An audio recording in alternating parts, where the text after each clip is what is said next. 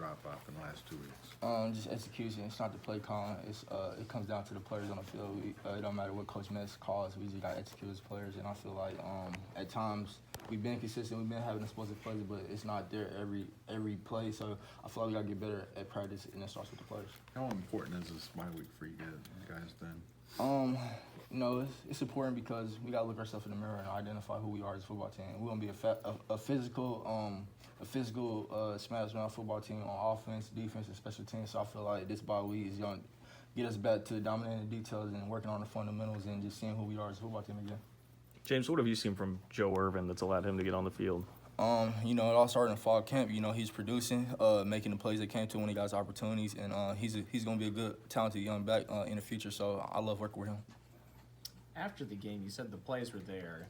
You guys just didn't execute it. When you went back and watched on film, did you still feel the same way? Of course, we watched film yesterday with the coaches. I watched the film several times, but we watched the first time with the coaches yesterday. And I definitely left some plays out there. I feel like our teammates on offense, I feel like guys would like to have some plays back and just execute a little bit better. And just, that comes down to us, not the coaches, just us as players. So we got to execute and just believe what we're doing, have more confidence. Third down in particular, you guys are 7 for 30 against Big 12 opponents. What have been the biggest areas, most glaring areas there that have contributed to the problems? I feel like it all starts with first and second down. You got to be efficient on first and second down. You got to get at least 4 or 5 yards on first down just to put ourselves in a third and manageable situation so we can convert on third down. So I feel like it all starts with the first and second down. So we got to do better on that, obviously. Seems like you've had some problems on second and third down, where first down you've actually had put yourselves in some pretty good spots. Right. I feel like it all correlates with each other. You gotta be efficient on every down just so your team can have a chance to move the chain, score points, and get in the red zone, stuff like that. So we have to be more consistent as an offense. Could be real easy for fans to kind of slam the panic button after back-to-back losses. But as players, what are you guys kind of feeling after that?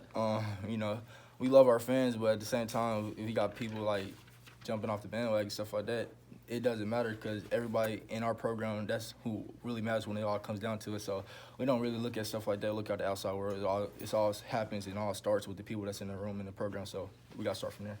How positive have you been able to keep the vibe as a team?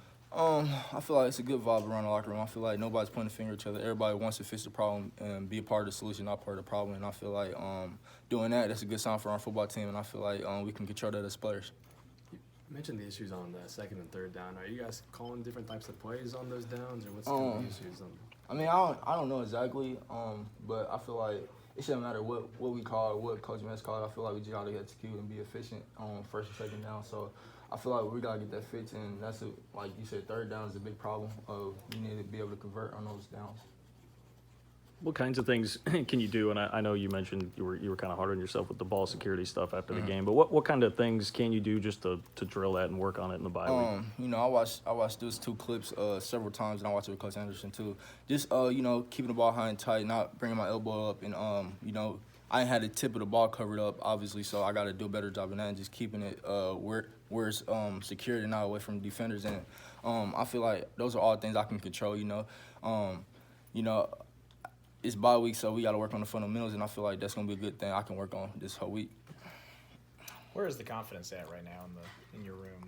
Confidence is real high. The confidence never really left, Despite the previous 2 weeks, we still have we still got a lot of football to play on our schedule, and I feel like everybody in the room is eager to get back out there and win some games, and I feel like the confidence never left the room, It's just we're not executing as players, and I feel like we can get that fit. That's an easy fit, and it all starts in practice.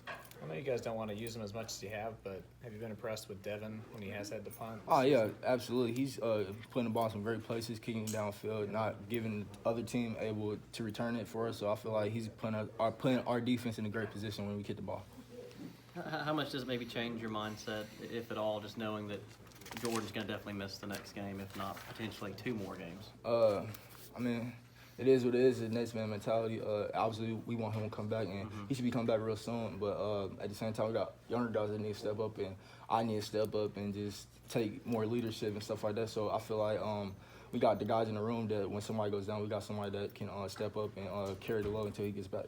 I know it's only been 2 games back-to-back since the last bye week that you had, but how beneficial can it be just to your body at this point? You know, I've been doing a good job taking care of my body, recovery, stuff like that. I just got a massage like a couple hours ago, so I feel like guys that are banged up that's been going through these last 2 weeks been collision games, so I feel like just getting our bodies back and you know, working mentally on our game and on our craft, and I feel like going forward that's going to be beneficial to us just to figure out our identity as a football team again. You mentioned the high collision kind of a game. I mean, it seemed that way for you as a running back. How much different have the last 2 games been in that regard than the first 3 for you? You know, obviously they run similar defenses, and they got a lot of players that play downhill, play towards the ball, stuff like that. So, you know, as a running back, you know, you're embracing contact. You're looking for it. You know, I'm not gonna shy away from it. So I feel like the last couple games they've been coming down like that, but I kind of like that stuff. So it is what it is. Yeah, appreciate it, James. Thanks.